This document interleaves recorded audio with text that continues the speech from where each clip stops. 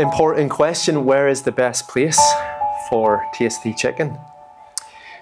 My opinion, Supermax is good, KFC is a little better, and if Nando's was a bit closer, Nando's would be best.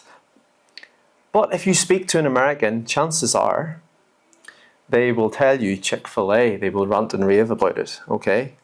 And good news, well, maybe, is that there are some on the island, but not at this end of it. So Chick-fil-A has opened in 2 Applegreens in the north, so if you find yourself travelling up there for some reason, you might like to check out their chicken.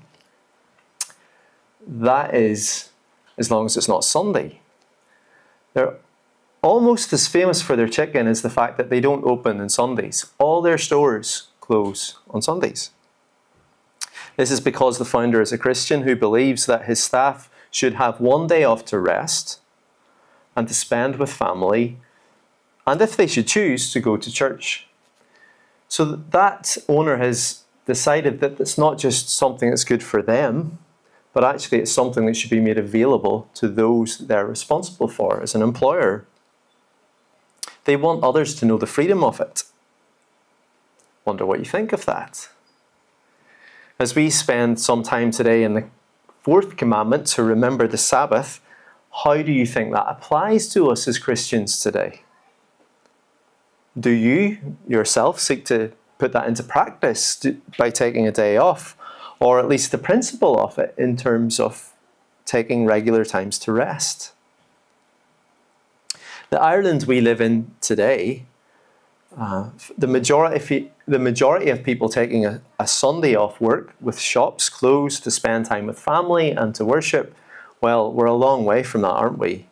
There's been a secular shift in our society. There's changing work patterns and there's many types of jobs. So everyone doing that seems very difficult, which means that I think we've individualized our time off. We take it off, but we maybe take it off by ourselves, if we remember at all. I wonder, is there any of the 10 commandments in which there is such a gap between how important it was to the original audience and how, at first glance, seemingly irrelevant or indifferent we might be to it? Yet let me suggest this could be one of the commandments we most need to hear. The impact and influence of recovering a Sabbath rest holy to the Lord could be immense, because it sets us apart as a people whose freedom is found in following the Lord. The importance of this Sabbath is seen on your page in front of you. It's the longest of the 10 commandments. It is seen across the pages of the Old Testament. It is the most repeated of the 10 commandments in the Old Testament. And it is the only of the 10 commandments that actually have been expressed in their own form before Exodus 20. This was expressed in Exodus 16. And so here is the instruction for us, who we are to be. There's a freedom in following that's seen in the holy rest. Exodus 20 verse 8. Remember the Sabbath day by keeping it holy.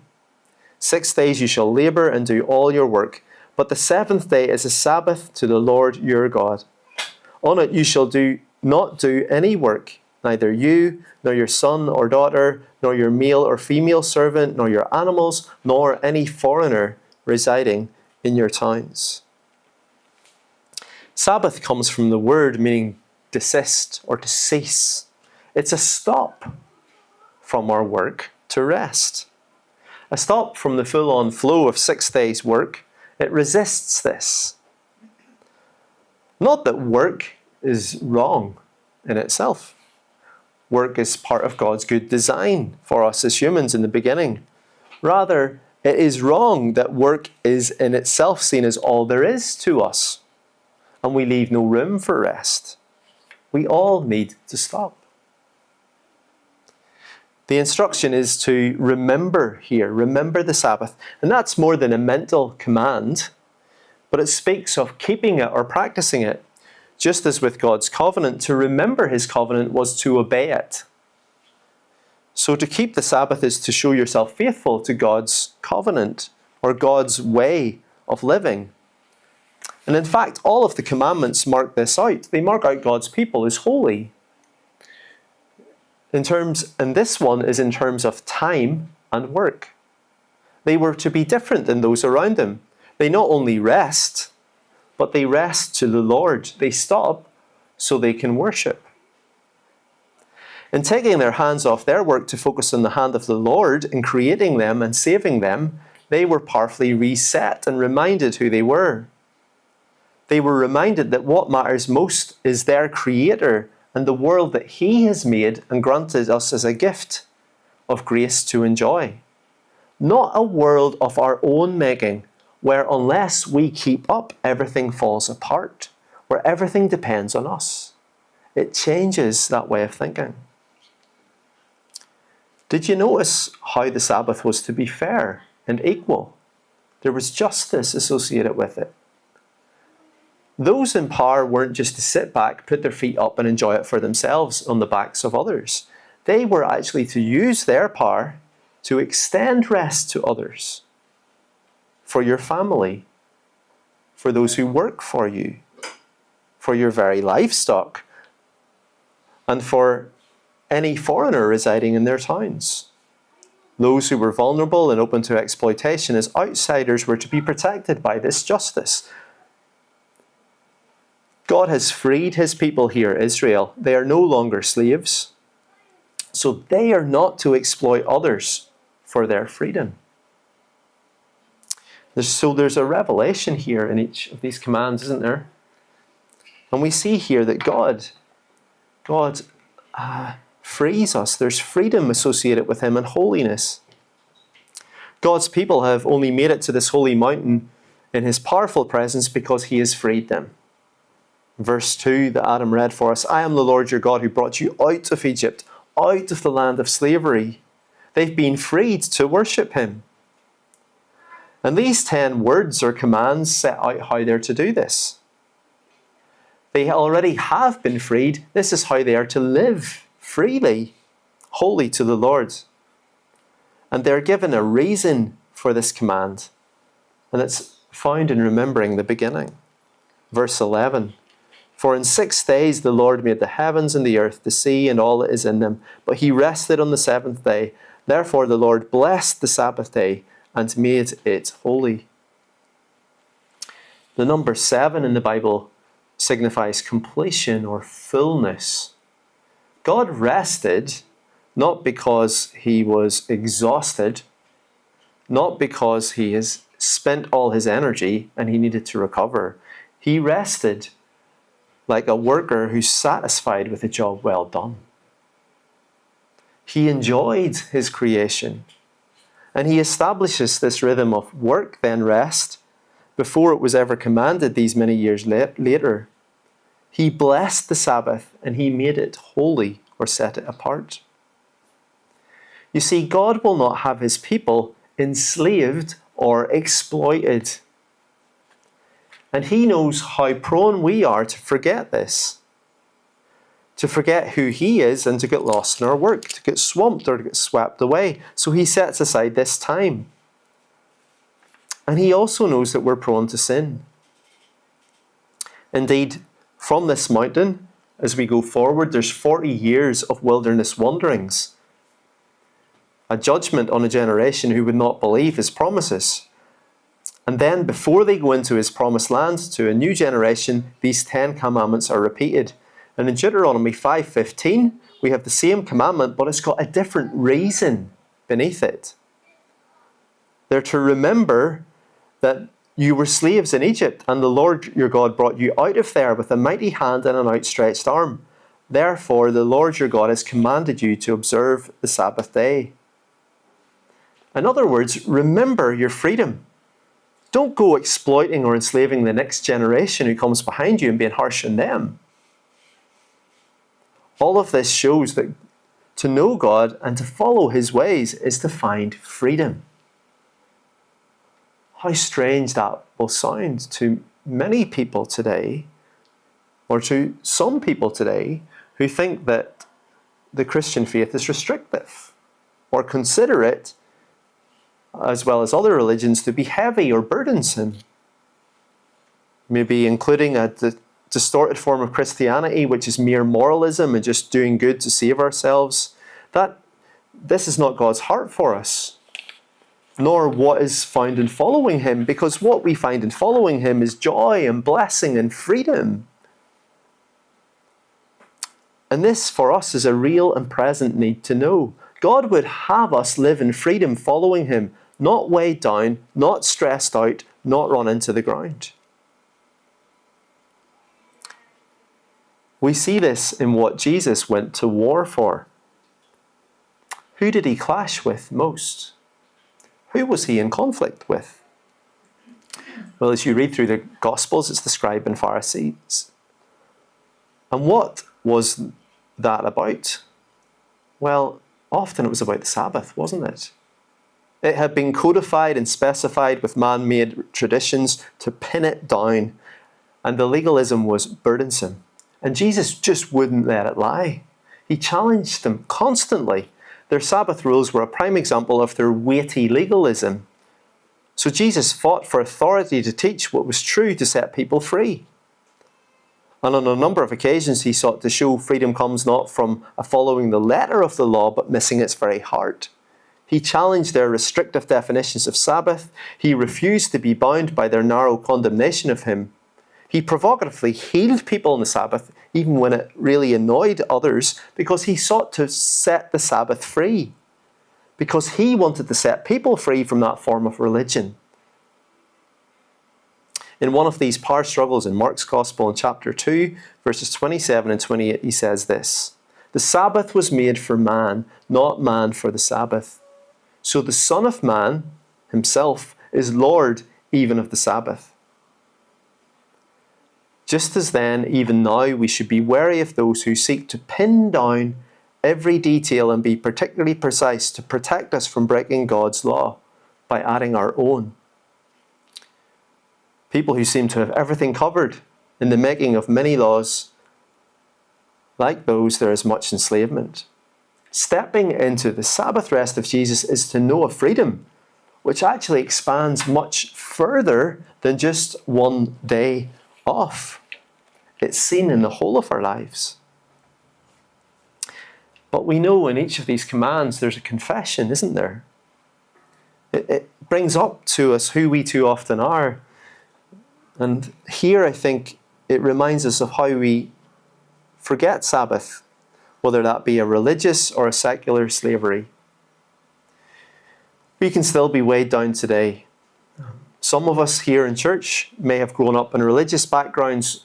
I'm not sure. This is one of the topics I have least understanding of, as to where exactly each of us are, maybe in your background, how you were brought up in this way. What do you bring with you to this message today? I'm not sure, actually, but I'm guessing that for some there is a strictness maybe that has been brought in your past to Sabbath that maybe bordered at least on being legalistic. But I know for some of the rest of us in church today, maybe you weren't brought up like that, or maybe it's the furthest thing from your mind. And today we can be swept away with work in a way that leaves no room for rest, and in fact ends up being what I'm calling a secular kind of slavery that swamps us. You might remember a few weeks ago we looked at our idols in the second commandment. And actually to take time off for rest wholly to the Lord in many ways is a form of resistance to common idols today. It resists wealth. It resists work. Our restlessness can come from our worry about not having enough to get by, and our forgetting to stop with wondering, what will happen to my work if I let it be for a while? If I don't do that, if I don't check the email, if I don't keep up?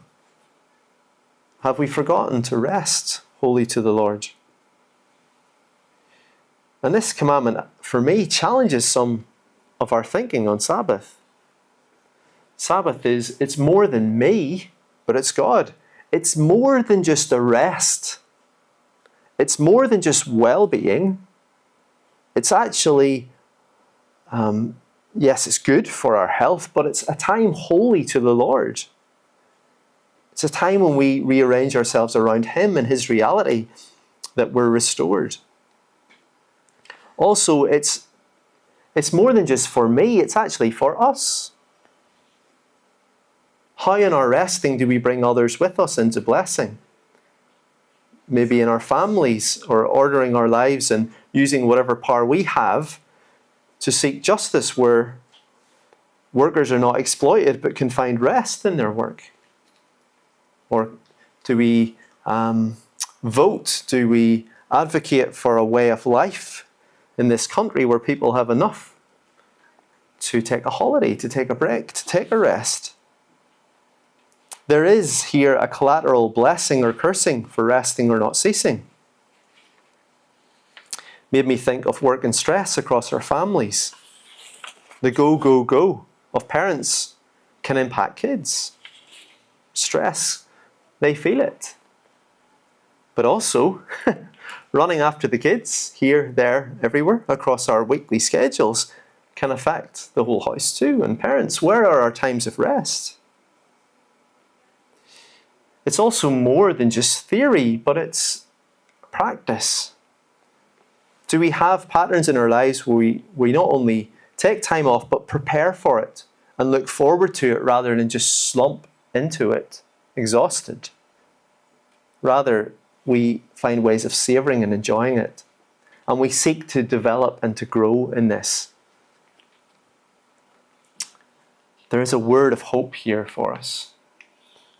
A redemption that speaks to us of a Sabbath being the gospel of grace written in our rhythms of rest and work. This is much more than just about a day. There's freedom here in principle. The freedom of the Sabbath is actually the freedom of the gospel. In responding to Jesus' invitation in Matthew 11, 28 to 30, "Come to me, all you who are weary and burdened, and I will give you rest. Take my yoke upon you and learn from me, for I am gentle and humble in heart, and you will find rest for your souls. For my yoke is easy, and my burden is light." Or in Hebrews 4 verse 9 we read, "There remains then a Sabbath rest for the people of God. For anyone who enters God's rest also rests from their works, just as God did from His." That verse is speaking about how we rest from working ourselves up to God, from struggling and sweating and striving to make ourselves acceptable to Him. Rather, we rest on His finished work for us on the cross. And there's a principle here seen in Sabbath, but it's far wider in scope in our lives. It's seen in the grace that flows from our hearts and out in our words and our actions and relationships. There's freedom in principle, but there is freedom in practice. This is the bit you've been waiting me to get to. Where are we going to land with Sabbath and Sunday? For all the importance of Sabbath in the New Testament, and it's mentioned a lot, it is the only one of the 10 Commandments that's not repeated exactly there. In other words, there's a Christian freedom in how this is practiced. In the early church, we see that. As Paul writes in Romans and Colossae, it's one of the areas in which people are having disputes. And he actually says to them, don't judge each other on this. He actually creates an amount of freedom about how they will practice Sabbath. Because he says in Colossians 2:17 that the Sabbath really is about a person, not a practice. It's really about Jesus. He is the substance to which the shadow of Sabbath points. And I've been thinking, why has it been left open-ended? And if you have further and better thoughts on this, on why the practice of Sabbath is not pinned down in the New Testament, I'd love to hear them and thinking them through. So, some Christians have kept the seventh-day Sabbath, including some cults like Columbanus. So, in the past, they kept Saturday as Sabbath, if you like. Yet the majority of Christian tradition has replaced the seventh day with the Sunday, the first day of the week in which the Lord rose again, and called it the Lord's Day. Kevin DeYoung, on his book on the Ten Commandments, is useful here because he says when it comes to practice, it's really helpful to choose one day a week to worship and one day a week to rest. Not because it's specified and essential, I would suggest, but because it helps us to practice the principles of Sabbath. I'd also add that actually, Sabbath isn't necessarily all about once a week. It can be shorter. What about having stops every day in our lives? Moments when you pause, when you turn to the Lord. What about longer? What about holidays taken? Times to rest across the year. And even beyond. And sometimes in breaks from work at stages of our life. Or sabbaticals, which are maybe every 7 years or every number of years, that is a practice common in Christian work. It's a good opportunity for me to say to you on a personal level that both myself and Ali have spoken to the leadership team here and to leaders in ECM about taking sabbaticals early next year. Separately, I'm going to take some time in January and February, hopefully, and Ali will take some time in May and June. We're well beyond the 7 years. We're 15 years here and haven't taken this kind of deliberate break before. Of course, we've had moments along the way, but we really want to be refreshed and restored, not because we sense a shift or change, but so that we can keep going with you, so that we can keep growing with you and keep serving you in a way that's not tired and weighed down, which I sometimes feel, to be honest, but in a way that's lifting us up, that's gracious and refreshing. There is also a picture, I think, in Sabbath. A picture of God's kingdom coming, because if you read the end of the Bible, we see something of Sabbath there, some of the rest enjoyed at the very end. And so there's a signpost to the kingdom coming. We enjoy rest holy to the Lord, freedom and blessing in full measure at the end. But I wonder, do we experience some of it here? I think we should, that as we serve together and grow together, and today there's a few more empty spaces as people are away, but some Sundays we're beginning to squeeze into this space. And sometimes it takes a fair bit of stretch to set things up here. My prayer is that we won't let go of the freedom of the Lord in the middle of that. In how we do things. Is this a place where you can recharge and refill? Or is it getting to be hard work for you? If it is getting to be hard work, please speak to me or one of the leaders. Please take time. And even as a church family, are we always on the go, go, go? Or do we have times in our year where we come in and bring it down and rest? Might we be a picture of Sabbath? Keep Sunday special. It was the name of a group who campaigned against Sunday trading laws in England and Wales. They were called Keep Sunday Special. I wonder if that phrase offers us something today.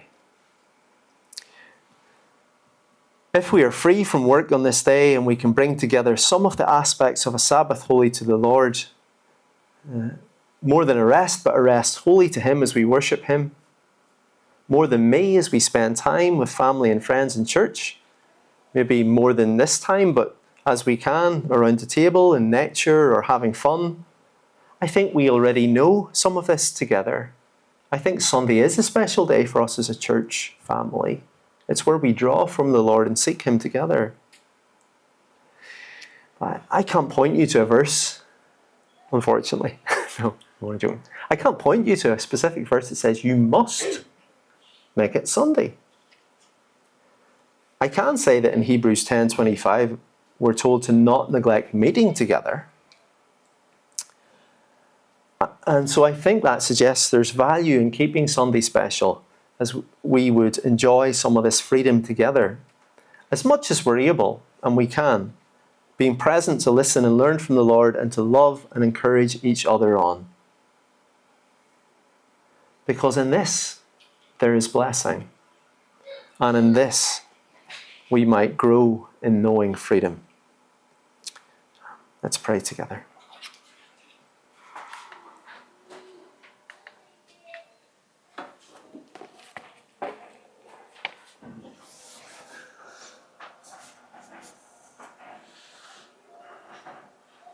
Just going to give you a moment to maybe speak to the Lord yourself in terms of what might be heavy on your heart today.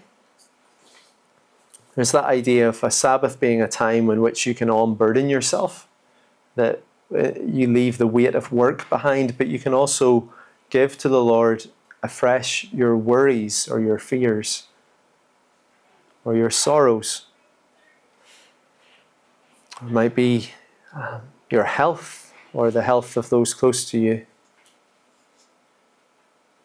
Or as we approach the Lord's table and think of his death for us, what often weighs us down most might be our sin. So let me just give you an opportunity to come and to give to him your burdens. Cast your burdens on the Lord and he will sustain you. Cast your cares on him, for he cares for you.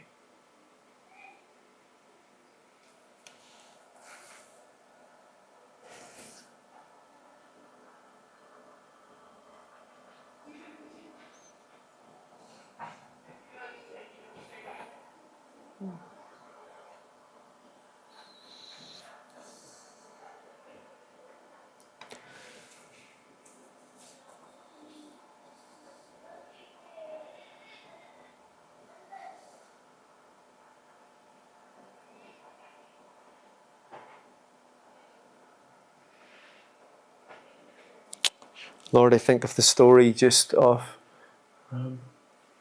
how you met a woman who was disabled and bent over, crippled. And on the Sabbath day, you healed her and made her well. You freed her from that. So Lord, I pray that if we are in any way bent over, our heads bowed down and heavy, that you might lift us up today. Lord, would you help us just to know the freedom of your grace and your love, I pray. In Jesus' name, amen.